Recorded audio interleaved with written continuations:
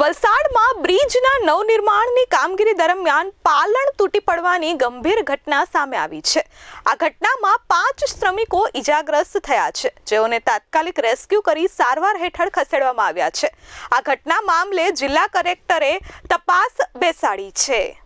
વલસાડ શહેરના કૈલાસ રોડ પરના બ્રિજના નવનિર્માણની કામગીરી દરમિયાન બાંધેલી પાલણ બાંબુનું સ્ટ્રક્ચર તૂટી પડ્યું હોવાની ઘટનાને પગલે ચકચાર મચી છે।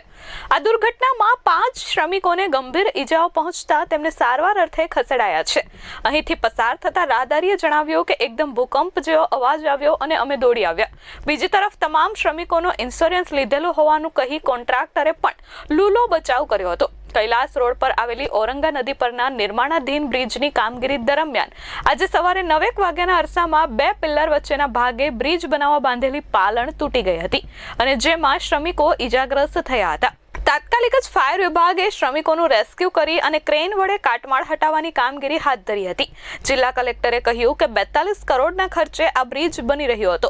2 વર્ષ પહેલા મંજૂરી આપવામાં આવી હતી અને આવનારા 1 વર્ષમાં આ બ્રિજનું કામ પૂર્ણ કરવાની ટાઈમલાઈન છે। આગળ અમે કમિટીની રચના કરી અને તપાસ કરીશું। તપાસવામાં આવશે તે મુજબ આગળની કાર્યવાહી કરવામાં આવશે। એક નવો બ્રિજ બની રહ્યો હતો અને આમાં એક આજે સવારે આ ઘટના બની છે। 5 લોકોને ઈજા થઈ છે। આમાંથી 4 લોકો એકદમ સ્ટેબલ છે અને એક માણસ અંડર ઓબ્ઝર્વેશન છે। આરએનબી મારફતે તપાસ કરી છે। તો અંડર કન્સ્ટ્રક્શન બ્રિજનું જ્યારે તમે જોઈ રહ્યા છો 5 દિવસમાં આમનો સ્લેબ નાખવામાં આવશે। સ્લેબ નાખવાથી પહેલા જો ગર્ડરની કામગીરી થાય છે, ગર્ડરમાં એ લોકો ગ્રાઉન્ડ લેવલ ઉપર લોડ બેલેન્સિંગ કરી રહ્યા હતા ત્યારે કોઈ જેકના કારણે આ દુર્ઘટના બની છે।